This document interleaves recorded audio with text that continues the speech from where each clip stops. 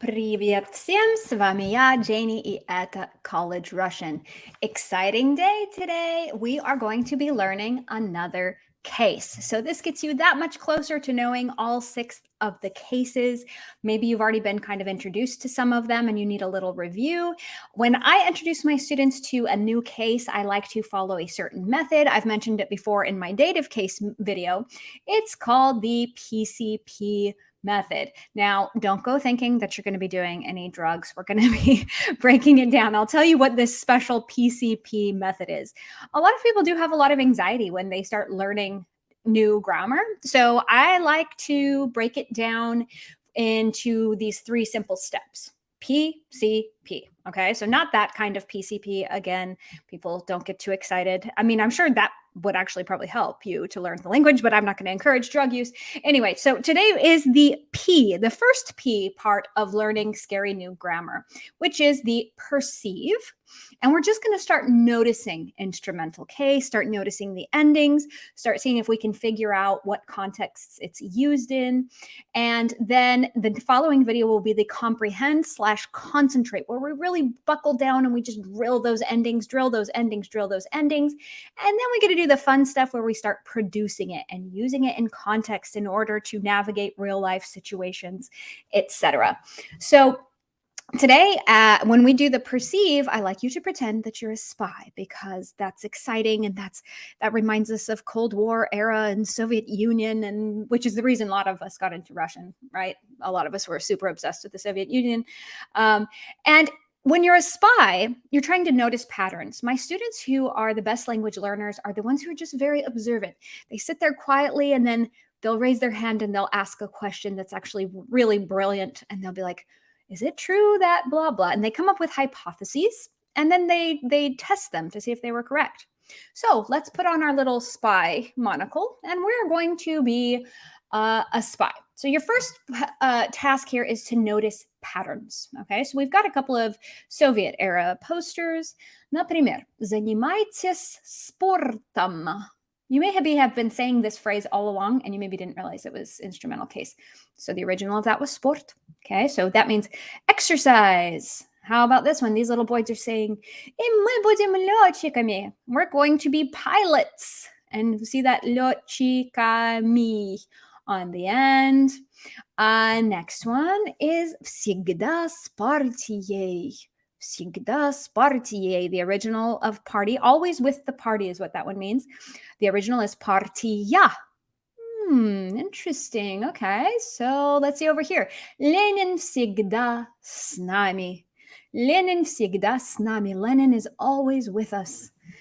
All right, so, and here's another big one, very important when you're using instrumental case. When you wish people happy something or other, you're going to need instrumental case. So, for example, с Новым годом.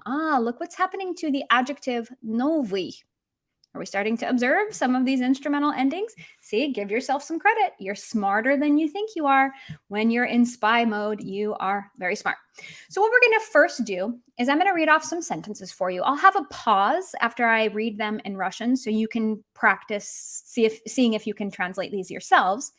Then I'll translate them into English. And then I want you to start to notice a pattern of when we need instrumental case. By the end of the video, I will lay not all the uses ever in the whole wide world, but all the uses I want you to know for your beginning level Russian. So let's read this sentence. Я живу с моими родителями. I'll pause for a second, let you see if you know how to translate that. I live with my parents. Start noticing the endings of things, okay? Start noticing the endings of words. Номер два. Мы с Андреем идем в кафе. Хочешь пойти с нами? Interesting. So this one translates as Andre and I are going to the cafe. Do you want to go with us? Okay, next one. Мы гуляем в парке, который находится рядом с нашим домом. So we walk in the park that is located рядом с, next to our house. интересно. So if you're being a spy, you're starting to think, okay, I see a pattern here. Anytime you have the preposition s, you seem to be getting instrumental case. And by the way, as you get into more advanced grammar, s doesn't automatically require instrumental case, but most of the time it does. Так, next examples. Я не люблю писать карандашом. Я всегда пишу черной ручкой. So I don't like to write with a pencil. I always write with a black pen.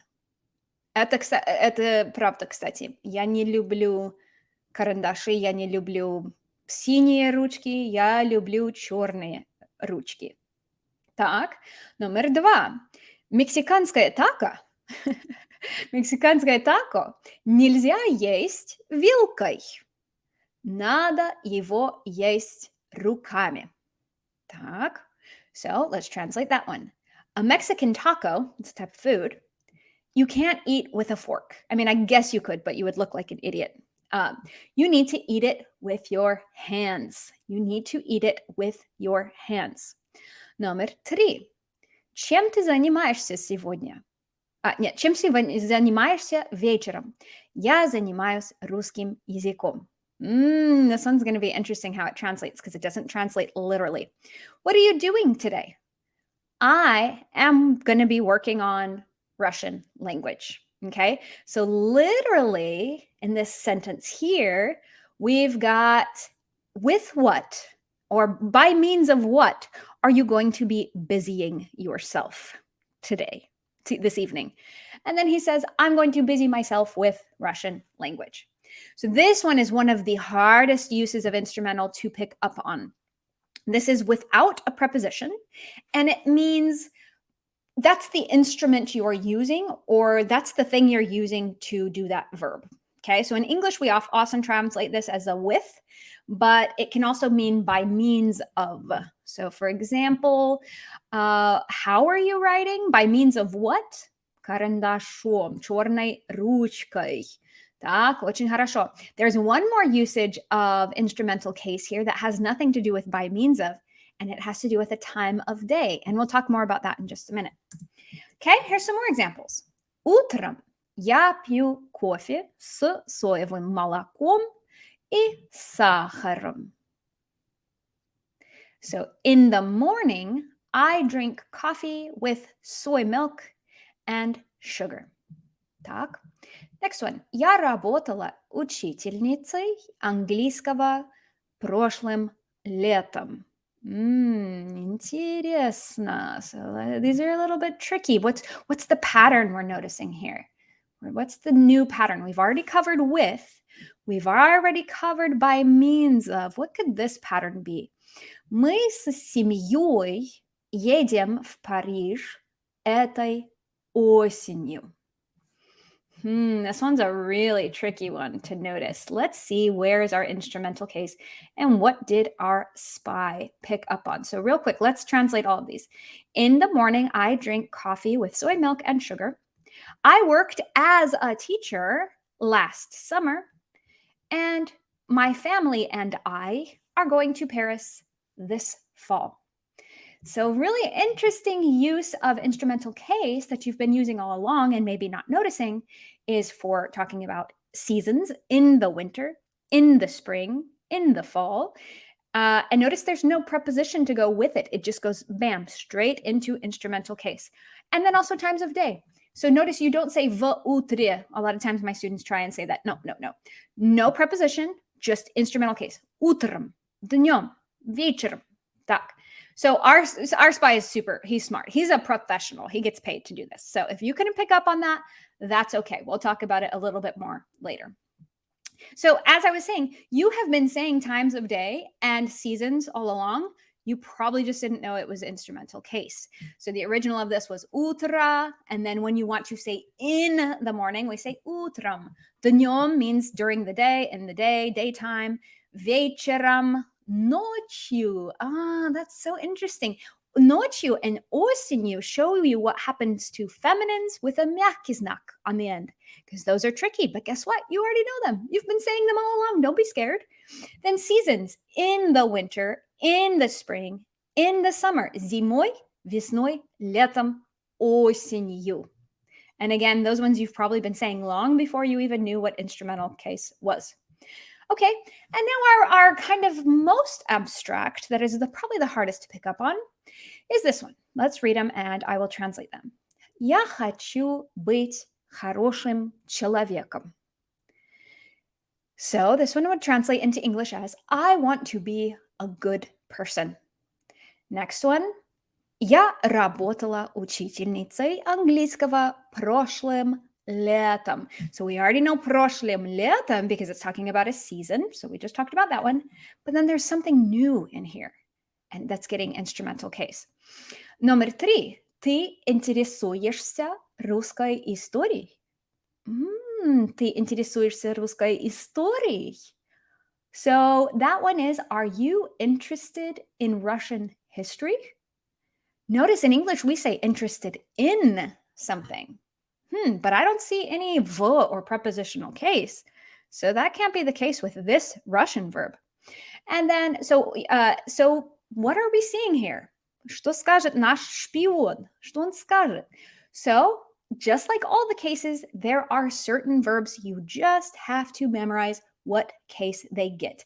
And very oftenly, or very commonly, with any verb that is a to be or to become, you're going to get an instrumental. So all along, you probably learned the phrase мой папа по профессии профессор, which one is a tongue twister.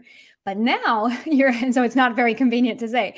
But now you know how to speak a little bit more fancy, which you would say мой папа работает профессором. He works as a professor. So that's another usage of instrumental case, to say who somebody's job, like what is their job, what do they work as. And then also to be something you were or something you will become. That's going to get instrumental case, interestingly, just like those little boys in the Soviet propaganda that said, we want to be pilots, right? We want to become that. We want to be that. And then the other one is the verb стать, to become. Я хочу стать профессором. Again, anything that's sort of changing, that's reflecting who you are in the moment, or something you want to become, something you kind of want to work as or become. So those are just our certain verbs. By the way, as always, I have a beautiful worksheet to go along with this that will lay this all out for you. Beautiful charts and exercises and translations. Again, this is the way to learn cases, is this PCP method. First perceive, then comprehend. That's where you do the nitty gritty, write everything out. And then we produce, practice answering questions that require instrumental case, etc. Okay, we're going to do a little bit more spy work, and we're not going to break down the endings just yet. I'm just going to give you a chance to prove that you're one of those super observant, smart students that starts to notice patterns. And then, depending on how brave you are, you might try and use those patterns with new words. So, for example, let's look at these sentences and see if you can figure out, okay, what happens to plurals in instrumental case? Okay, what happens to masculines in an instrumental case? So if you say something like «Я живу с моими родителями», the original of that was «мои родители». Oh, there's a typo there. Totally ignore that. There's a horrific typo there. So maybe could you say «I live with my friends», «мои друзья»? How would you apply that to a new phrase? Я живу с моими друзьями. Okay, хорошо. And then masculines seem to be getting these endings, right? That seems to be the pattern I'm noticing. I don't know about you, but that's what I'm noticing. How about a feminine? So the original of black pen was черная ручка. And look what happens in instrumental. Черной ручкой. Черной ручкой. What if you want to say that you write with a red pen? Would you know how to switch out black and red in this sentence? Я всегда пишу красной ручкой. How would you say I eat with a spoon? Ложка is a spoon. It's a feminine. Я ем. Notice there's no s, there's no with. It's just by means of. That is the method I use to get the food into my mouth. So я ем ложкой. Okay. But guess what? In the next video, in our comprehend/concentrate video, that's where we will break it down and we'll drill those endings and we'll quiz ourselves and you'll come out on the other end of it an expert on instrumental case endings. So don't you fear, your time will come. So just to summarize, the uses, there's lots more of them, but the uses that I specifically want you to know at this level of your Russian are the following. With, and that's represented by the Russian preposition s. By means of, this one's really hard to notice when it's happening, and it usually translates into English as with. But remember, it's no preposition and just instrumental case on the end. Next is to express my family and I, my friends and I, right? You need to say мы с, and then the other person in prepositional or in instrumental case, and then the мы conjugation as well. Мы со семьей, мы с мужем, мы с моими друзьями. Вот так. Next, when you want to say something is next to, рядом, рядом с. Don't forget the рядом с нашим домом, рядом с парком, например, рядом со мной. Так, очень хорошо. Then with verbs like to be and to become. Я хочу стать врачом. Я хочу быть хорошим человеком. Next usage, to work as. Again, this is the fancier, more authentic way to say what somebody's profession is. Я работаю профессором. Я работаю учительницей. Я работаю, как сказать, вот, я работаю бизнесменом и так далее. And next one, with just certain verbs. And you're going to learn these as you go along. So, for example, заниматься, which literally means to busy yourself by means of something. You're busying yourself by means of sport. I am using sport to busy myself, right? Интересоваться. Again, notice it's not интересоваться в. Nope. You are not interested in something in Russian. You are interested by means of something. So there's that. And then I just want to remind you, as always, I have free, beautiful, useful worksheets available on collegerussian.com. They are what my students use in the university classroom, and they are very useful. As you can see, beautiful charts with endings laid out for you, lots of practice. And come back and see me next time for when we cover the C part of PCP, which is comprehend and concentrate. And we will learn, drill, and quiz ourselves on those instrumental endings and practice using them in context as well. As always, don't forget to subscribe to the channel. Please reach out to me if you're interested in private tutoring as well, and any other materials that you'd like of mine. I'm very happy to share them for free for the current moment until I get my online course up and running. So again, I love connecting with my viewers. Please don't forget to leave a comment below or with any questions you have about Russian grammar. And это все на сегодня. До свидания.